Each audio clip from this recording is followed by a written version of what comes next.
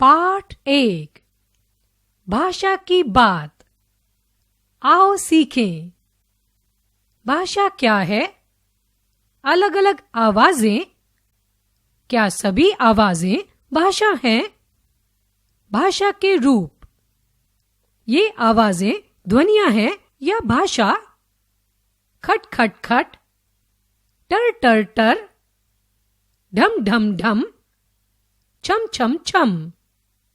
दरवाजे की खटखट, मेंढक की टरटर, ढोलक की ढम ढम और घुंघरू की छम छम केवल ध्वनियां हैं, क्योंकि इन आवाजों से हमें कुछ समझ नहीं आता कि ये क्या कह रही हैं। अब कुछ अन्य चित्र देखते हैं। कहो मित्र, कैसे हो? मैं ठीक हूं, आप बताइए। रामू, एक कप चाय दे जाना। आइए समझते हैं। पहले चित्र में बच्चे स्कोरबोर्ड पर लिखे रन देखकर खुश हो रहे हैं। दूसरे चित्र में दोनों बच्चे बातें करके आपस में एक दूसरे का हालचाल जान रहे हैं। तीसरे चित्र में दादाजी पढ़ भी रहे हैं और चाय पीने की इच्छा भी बता रहे हैं।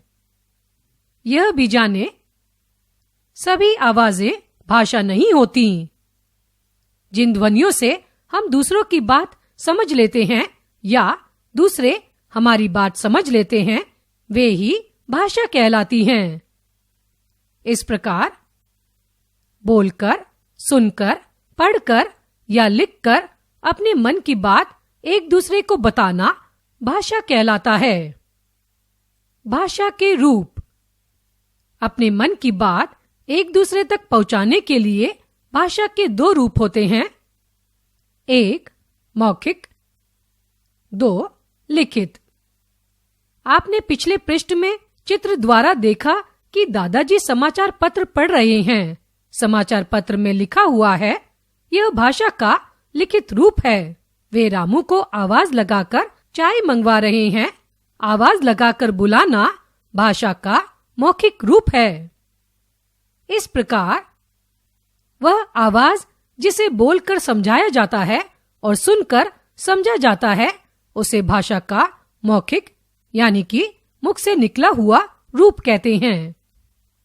दादाजी का समाचार पत्र में लिखी खबरों को पढ़कर समझना भाषा का लिखित रूप है।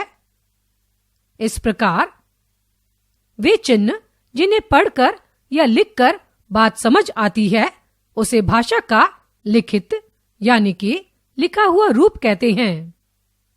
कभी कभी हम संकेतों द्वारा भी मन की बात दूसरों को समझाते हैं।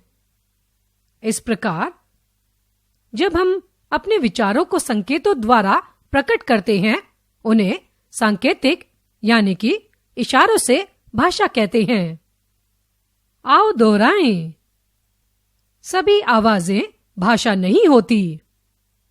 समझ आने वाली आवाजें ही भाषा होती है। हम बोलना, सुनना, लिखना, पढ़ना भाषा से ही सीखते हैं। भाषा के 2 रूप होते हैं, मौखिक और लिखित। इशारों को भाषा नहीं कहा जा सकता।